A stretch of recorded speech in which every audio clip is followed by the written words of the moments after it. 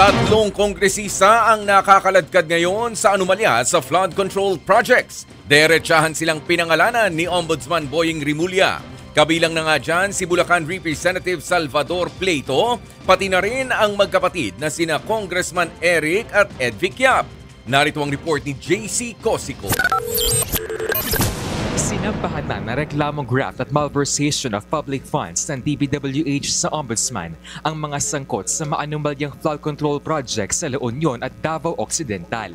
8 opisyal ng DPWH Davao Occidental at St. Timothy Construction Corporation ng mga Diskaya ang inirereklamo sa 96.5 million pesos maanumalyang ghost projects.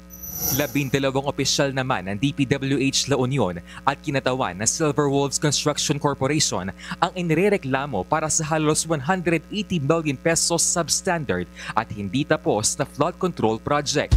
Person of interest ng Ombudsman sa proyekto sa La Union si Benguet Representative Eric Yap na may-ari umano ng Silver Wolves. Nagsilbering dating chairman ng House Appropriations Committee si Yap, ang komiteng nangunguna sa pagbalangkas ng pondo. He divested from it a few years ago, supposedly, but there is reason to suspect that he is still the beneficial owner of the company. So there's a clear case of conflict of interest. Hihilingin na ni Rimulya sa Anti-Money Laundering Council na ma-freeze ang assets ni Yap. Wala pang pahayag ang kongresista. Nauugnay din sa kontrobersya ang kapatid ni Congressman Eric Yap na si ACT-CIS Party List Representative Edvic Yap. Si Congressman Edvic Yap kasama si Bulacan 6th District Congressman Salvador Pleito ay tumanggap daw ng hindi bababa sa 70 million pesos mula sa mga Diskaya. Kasama sila sa pagkilos ng kontrata.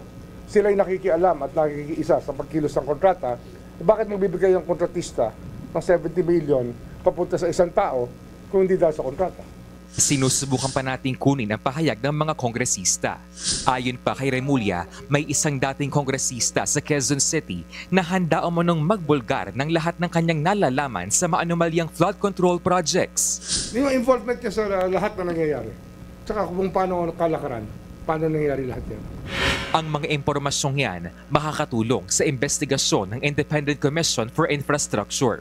Pero napurnada ang ICI hearing para sa susunod na linggo na target pa naman sanang i-livestream sa unang pagkakataon. Hindi kasi makakarating si ICI member Rogelio Singson. Bukod dyan, pinaplansya rin ang guidelines sa pag-livestream ng pagdinig. And we are pushing to livestream the hearings as soon as possible.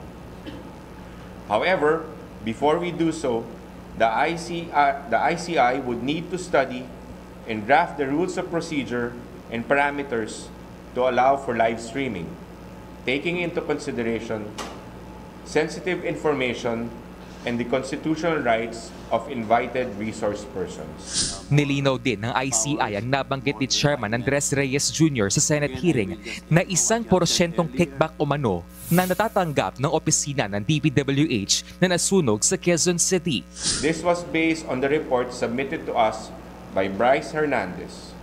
It is of note that this information is only alleged. This matter will still need to be verified by the Commission. Sa ngayon, nagsimula na rin ang PNP sa pagde-deploy ng unit sa pagtulong sa ICI nang sa gayon ay matunton ang mga ghost project. Na importante po yung mga geodetic engineer natin sa engineering service para ma-identify po yung exact location na binigay po ng report ng mga governments para po ma-locate kung saan po itong mga ghost projects na 421. Nagbabalita mula sa Frontline, JC Cosico, News 5. Mga kapatid, ako po si Ruth Cabal. Dito tayo sa totoo, dito tayo sa True FM. Mag-follow at mag-subscribe din po kayo sa aming social media accounts at True Network PH. Diyan po yan sa aming X na dating Twitter, sa FB, sa Instagram, sa YouTube, sa TikTok at sa mga podcast. At syempre, tutok din po kayo sa Signal True TV Channel 19.